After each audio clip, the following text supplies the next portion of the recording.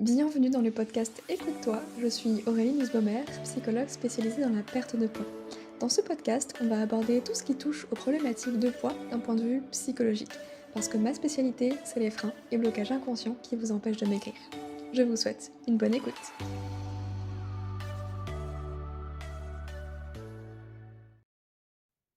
Bienvenue dans l'épisode numéro 92 du podcast Écoute-toi, que j'ai intitulé Fais chier, j'ai encore craqué, quand est-ce que ça va finir?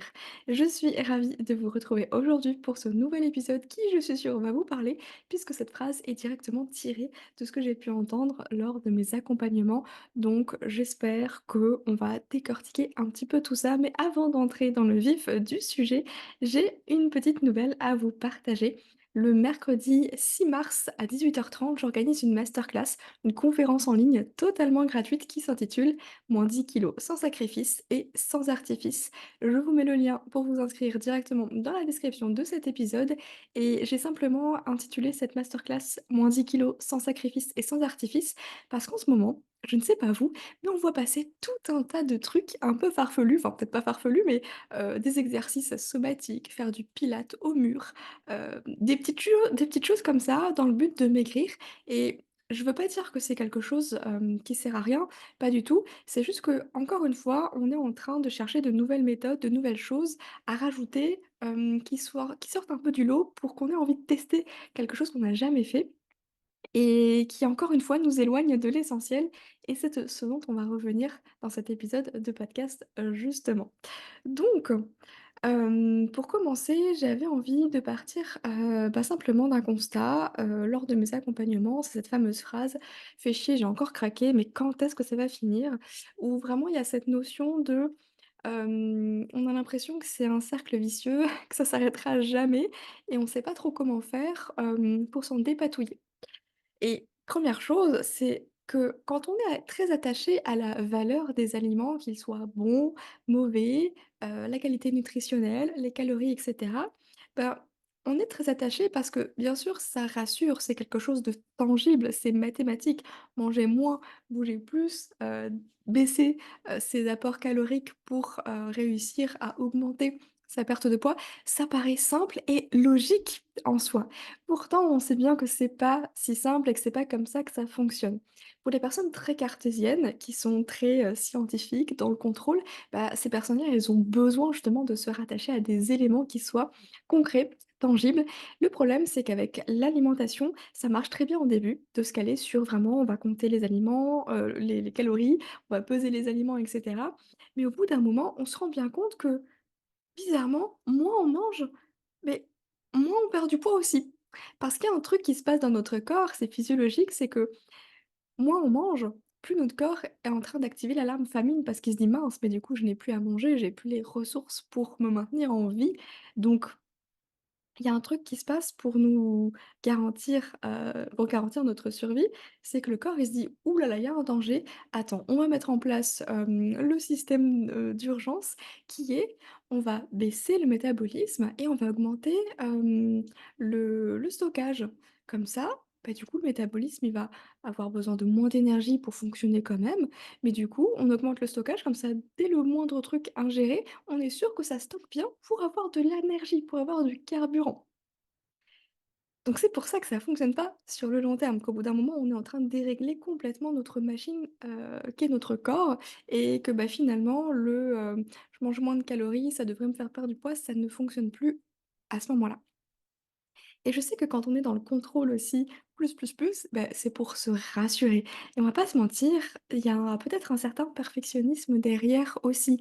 L'envie de bien faire, l'envie de suivre les règles. Parce que normalement, bah, en suivant les règles comme ça, on connaît le résultat, c'est prédictible, on sait vers où on va. Donc du coup, bah, si on veut telle chose, il faut faire de telle manière. C'est mathématique.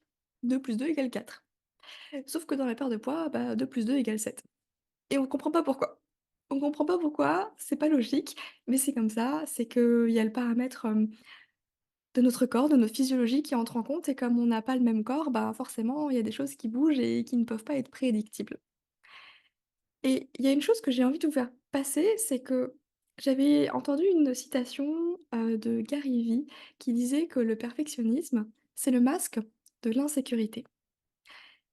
Et je trouve ça profondément vrai parce que le perfectionnisme, c'est le besoin justement de tout contrôler, que ce soit l'intérieur, l'extérieur, bref, on a besoin d'avoir la main mise sur tout parce que ça nous rassure. Et pourquoi ça nous rassure? Parce que si on n'a plus le contrôle, on est complètement perdu. On n'a plus nos repères et on se sent en insécurité. Donc oui, le perfectionnisme, le contrôle, c'est simplement un moyen de gérer cette insécurité qu'on va ressentir. Et je ne sais pas si, en vous disant ça fait sens pour vous. Est-ce que vous ressentez quelque chose en mettant des mots, en entendant ces mots-là posés sur cette notion de contrôle et de perfectionnisme?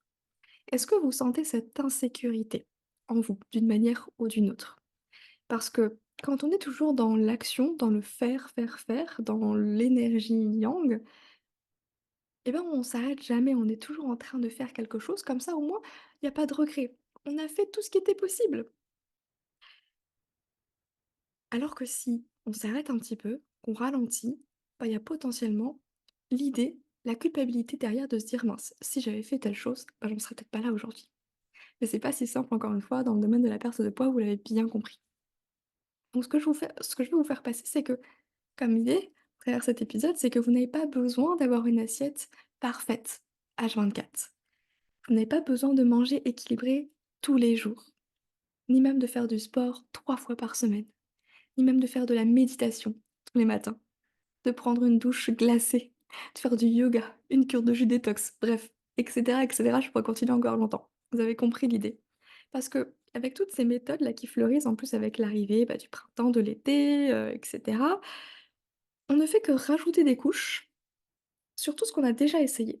Et plus on rajoute des couches, bah, plus on s'éloigne de qui on est, de l'essentiel. Et c'est là où je veux vous ramener avec cet épisode encore une fois. Revenir à l'essentiel. L'essentiel, c'est quoi? Bah, c'est vous. Et vous, c'est quoi? Bah, c'est votre corps.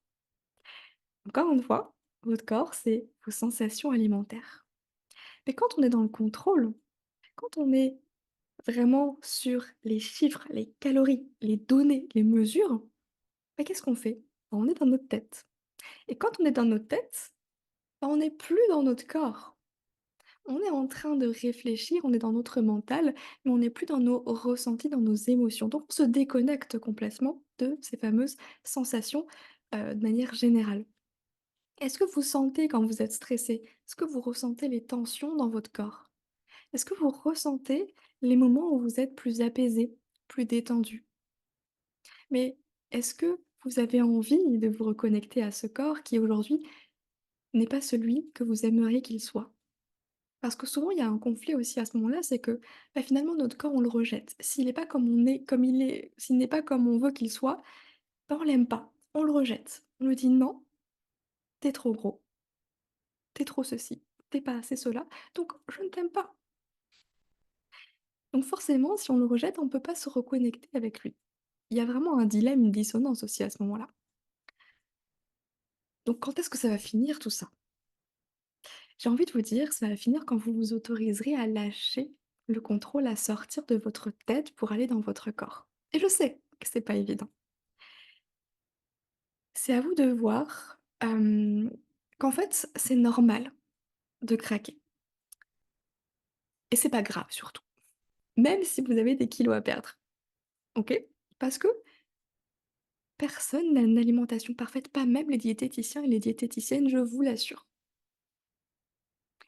Et j'ai même envie d'aller encore plus loin avec vous, c'est que le but, c'est pas de donner une signification, comme voir un verre, à moitié plein ou à moitié vide. Moi, ce que j'ai envie de vous amener à faire, c'est juste d'observer le verre. Ne lui donnez même pas une signification. Il n'est ni à moitié plein, ni à moitié vide, c'est juste un verre rempli d'eau. Point. Et en fait, quand vous avez cette capacité à observer les choses sans jugement, sans interprétation, et vous allez pouvoir reprendre le contrôle, paradoxalement, en lâchant le contrôle. C'est à partir du moment où vous interprétez, où vous donnez une signification aux choses autour de vous, bah, que vous allez ressentir des émotions agréables ou désagréables. Fait chier, j'ai encore craqué. Si vous considérez le fait de craquer comme quelque chose de mal, bien sûr que ce sera une émotion désagréable. Et ça entretient. Ce cercle vicieux de: «Bah, je suis nulle, j'y arriverai jamais, mais quand est-ce que ça va finir?» Au-delà de ça, si vous êtes fier de vous quand vous mangez bien, j'entends manger équilibré, le manger healthy et cetera, beh, forcément vous ne pouvez qu'être déçu quand c'est pas le cas. Parce que c'est, encore une fois, comme une pièce de monnaie. Il y a le côté pile et le côté face. Ça veut dire que si vous êtes fier de vous quand vous mangez bien, vous ne pouvez qu'être déçu de vous quand vous ne mangez pas bien. L'idée, c'est d'être neutre. OK, bah, c'est pas de dire: «J'ai bien mangé aujourd'hui» ou «J'ai mal mangé aujourd'hui», c'est juste de dire: «OK, bah, aujourd'hui j'ai mangé une pizza». C'est tout. Et bah, hier, j'ai mangé une salade, c'est tout. Il y a pas de signification à apporter à ça, il y a pas de valeur à apporter à ça et je sais que c'est pas évident de sortir de ça parce qu'on a été conditionné aussi, que ce soit dans notre éducation, dans la société, avec, bah, du coup, les, nutritionnistes et cetera, parce qu'on confond toujours le poids et la santé. La perte de poids et être en bonne santé. Bien sûr que c'est corrélé, mais encore une fois, vous pouvez tout à fait maigrir sans, hem, devoir passer par une alimentation équilibrée et cetera, qui est vraiment là pour vous permettre d'être en bonne santé. Et vous pourriez tout à fait être en surpoids et en bonne santé et être, à un IMC normal et être en mauvaise santé. Parce que, bah, il y a pas le facteur poids, kilos sur la balance, l'IMC qui compte. C'est bien plus vaste que ça et ça vous le savez, non, n'est-ce pas? Donc ce que j'ai envie de vous amener à faire, c'est vous observer, faire vraiment un pas de côté, prendre du recul et vous dire: «OK, quelle signification je suis en train de donner là, à ce qui se passe?» Pour prendre conscience de la façon dont vous êtes en train de ressentir les choses. Parce que en vous jugeant, en culpabilisant, ça ne fait encore une fois qu'alimenter ce cercle vicieux de: «Bah, du coup, je suis pas assez bien, j'y arriverai pas, je suis pas capable, à quoi bon?» Évidemment que ça donne pas envie, de continuer, hein, sur cette lancée-là. C'est un peu comme si vous disiez: «Ah, tu as mangé une banane, c'est bien. Ah, tu as mangé une pomme, c'est bien». Bah, en fait, bien ou mal, il y a pas de jugement de valeur à avoir et c'est pas parce que ce sont des fruits que c'est bien, OK? Observez simplement, sans jugement, de manière factuelle et je sais que c'est pas évident parce qu'on a toujours cette interprétation des choses. Moi, j'ai envie de vous amener à voir les craquages. Pour ceux qui m'écoutent en version podcast et qui ne voient pas la vidéo, je mets à chaque fois des guillemets. J'utilise un ton particulier pour que vous puissiez l'entendre dans ma voix, j'espère que c'est cohérent. J'ai envie de vous amener à voir les craquages, du coup, comme des opportunités et non pas des échecs. Ces craquages-là, ce sont des opportunités d'apprendre. D'apprendre quelque chose sur vous, d'apprendre quelque chose sur les autres, d'apprendre quelque chose sur le monde, sur la situation et de vous relever plus conscient. Quand j'ai pris les notes pour cet épisode, j'allais écrire, de vous relever plus fort, mais c'est pas plus fort en réalité, c'est de vous relever plus conscient. Parce que plus on met de la conscience sur ces processus qui sont automatiques, plus on commence à voir les choses dans leur globalité et là on peut agir. Et c'est pour ça que, vraiment, je veux vous inviter à cette masterclass le mercredi 6 mars à 18h30. Il y aura un replay pour ceux qui sont pas dispo en live. Moins 10 kilos sans sacrifice et sans artifice. Pourquoi? Parce que ça n'a pas besoin d'être dur, d'être douloureux et surtout, il y a pas besoin il y a pas besoin de 1000 et une choses pour y arriver. On a juste besoin de revenir à l'essentiel. Sauf que revenir à l'essentiel, bah, on s'en est tellement éloigné que quand on se dit: «Ouais, mais enfin, c'est pas possible, ça marchera pas, sinon tout le monde l'aurait déjà fait». C'est trop simple pour que ça marche et je vous invite à challenger un peu cette croyance-là de: «C'est trop simple pour que ça fonctionne», mais ça n'a pas besoin d'être dur pour que ça marche. On a cette culture de: «Faut travailler dur pour réussir, faut faire des efforts, faut mériter» et cetera et cetera. Est-ce que vous avez envie d'entretenir toujours cette façon de penser? Moi, je pense qu'il existe plusieurs chemins et bien sûr qu'en travaillant dur, en faisant des efforts, on peut y arriver. Mais à quel prix? Et probablement que vous avez déjà emprunté ce chemin-là les années auparavant, en vous privant, en allant peut-être à la salle de sport, en vous faisant souffrance et cetera et bien sûr que ça a fonctionné. Mais ça n'a pas marché sur le long terme parce qu'au bout d'un moment, c'était complètement désaligné de qui vous êtes. Vous étiez en train de vous forcer à faire quelque chose qui n'était pas bon pour vous, qui n'était pas aligné avec la personne que vous voulez être et quand ça demande un effort, ça prend toute notre énergie et notre énergie, c'est encore plus précieux que notre temps. Parce qu'on a beau avoir tout le temps du monde, si on n'a pas d'énergie, bah, tout ce temps, on peut rien en faire.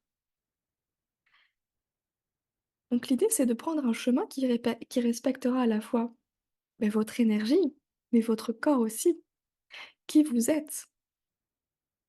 Et pour ça, il y a pas besoin de faire de la méditation tous les matins, de prendre cette fameuse douche glacée, bref, toutes ces petites choses-là. Revenir à l'essentiel, c'est déjà la base et je peux vous dire que rien qu'avec ça, revenir à l'essentiel, encore une fois, c'est revenir à son corps. Je parle toujours des sensations alimentaires parce que bien sûr que c'est le point de départ, mais il y a plein d'autres choses également.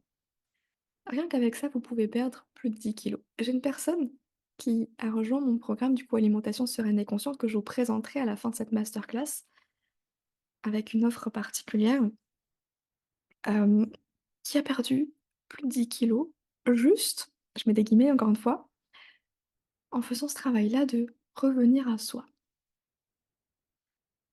Et vous savez, ou peut-être pas, mais dans ma façon de travailler, j'aime bien revenir effectivement à des choses simples, efficaces, tout en travaillant en profondeur sur qui nous sommes, sur notre histoire, sur notre fonctionnement, sur l'aspect psychologique. C'est pour ça qu'il y a aussi une partie, où on va travailler sur les émotions, l'alimentation émotionnelle. Et ces derniers temps, je suis allée creuser encore plus loin que ce qu'on peut entendre autour de nous, dans le sens où souvent, on nous dit: «Tiens, on a une émotion à un instant T, on va aller voir un petit peu quel besoin n'est pas comblé et comment on pourrait le combler autrement?» Et effectivement, c'est ce que j'ai fait pendant de nombreuses années, c'est ce que j'ai enseigné. Aujourd'hui, je me rends compte que c'est encore une fois superficiel, ce travail-là, parce qu'on peut aller encore plus loin et aller plus loin, ça veut pas forcément dire que c'est plus dur, plus douloureux. Non, c'est aller à un niveau de conscience encore supérieur ou inférieur, du coup, ça dépend comment on voit les choses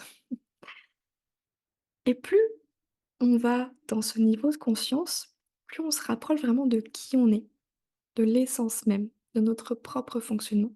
Et quand on comprend, on peut choisir et non plus subir. Parce que quand on ne sait pas ce qui se passe, quand c'est automatique et inconscient, on est simplement en train de subir les choses. Il y a des choses qui se déclenchent là comme ça, on ne sait pas comment, pourquoi. Quand on va voir finalement l'origine de tout ça, et spoiler, c'est souvent dans l'enfance, ça c'est la psy en moi qui parle, mais c'est l'expérience aussi beaucoup. Avec, avec mes clients et mes clientes. Eh bien, quand on va voir finalement tout ça, il y a comme un processus de libérateur, de se dire: «Oh, enfin, j'ai touché du doigt. Pourquoi? Pourquoi je suis comme ça?» Et du coup, c'est déculpabilisant aussi et surtout, bah, on peut aller agir sur le déclencheur. Sur, le truc là qui fait que dès qu'on appuie sur un bouton, hop ça déverse, la vague émotionnelle et du coup on met ça sur le dos de la journée, du stress, du patron pas cool et cetera. Alors qu'en fait c'est bien plus profond que ça et qu'encore une fois, toutes ces émotions-là, bah, c'était juste des couches qui étaient mises comme ça, sur l'origine de tout ça. Et ça, on va aller creuser en profondeur. Mais je vous en dis pas plus, je vous invite à vous inscrire à cette masterclass gratuite du coup, hem, moins 10 kilogrammes sans sacrifice et sans artifice et c'est hyper important pour moi de vous montrer qu'un autre chemin est possible, et je serais ravie de pouvoir vous guider à travers, ce nouveau chemin. J'espère que cet épisode vous aura plu. J'espère que enfin, je pense qu'il était un peu plus court que les autres, mais écoutez, allons droit au but, allons droit à l'essentiel. Moi, je vous retrouve la semaine prochaine et je vous dis à très bientôt. Prenez soin de vous.